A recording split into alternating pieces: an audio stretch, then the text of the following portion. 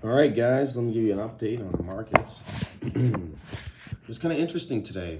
I still had that resistance level here on the Nasdaq, and it is slightly above it. Now I'm not sure. It's really slightly above it. It kind of looks like it's just testing it actually still. So, but it looks questionable.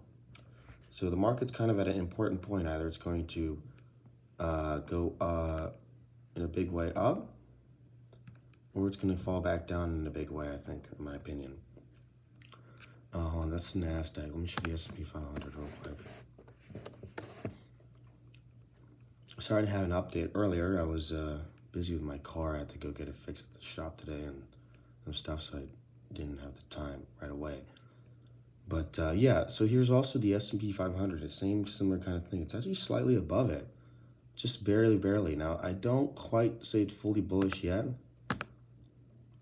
I have taken a very small short, but if it's able to stay above that line, then there could be something, bullish going on. And then went back to the Corona crash right here, and I was trying to just compare to that. But it's really just a probability game. I don't 100% know for sure, is it really going to just crash? So that's why I'm just kind of waiting to see. Now I have put, like I said, I put another short on today, right around close to right when it got to this area. But it's a small short, it's not a big one. And if the markets were to go above this line and start staying above it, like if it starts going above, especially, that's why I had another line there.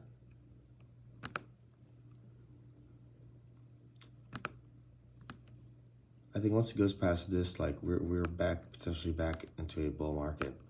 And that would be actually very surprising. I usually don't see such a thing. So that's why I took a small short, but I'm actually not so necessarily highly confident that that short will work out. That's why it was a very small position. Otherwise I would took a big one. So I'm just waiting to see right now to see if this area holds, this resistance point. I'll be a lot more convinced, obviously, that we're in a bear market if it hits a new low.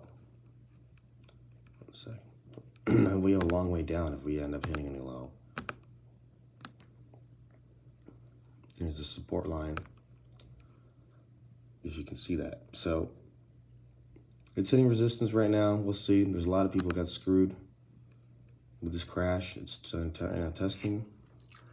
But if it goes above that, then I'm going to turn bullish. And actually, you know what? That'd be kind of interesting because it reminds me of the tech bubble back in 2000, where you have to go in a max chart. Something like that kind of almost happened too, right before it went crazy. Wait, look, you see this? When it kind of did something like that, but this still still looks more trend-based. That's why I'm not so convinced.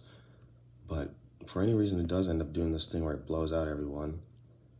And this is on a monthly chart. That's why it's not daily, because it's back in 1998. This was 1998, yeah. And then it just started going up and then shooting up to hell. Like, look at that. That's unbelievable. Went from 1,500 to 5,000. That's the whole market, by the way. That's not even one stock. So I could really go either way right now. I'm not fully convinced that we're in a bear market, but I'm not fully convinced we're in a bull market either. I'm still kind of waiting to see a little bit clearer picture. And I think within the next day or two, I'll have a little bit better idea. All right, just wanted to give you guys an update, and I'll get back to you soon when I get more info. If I end up covering and went bullish again, I'll let you guys know, all right? Or obviously if I'm staying bearish, I'll let you know. Have a good one, guys. See you in a bit.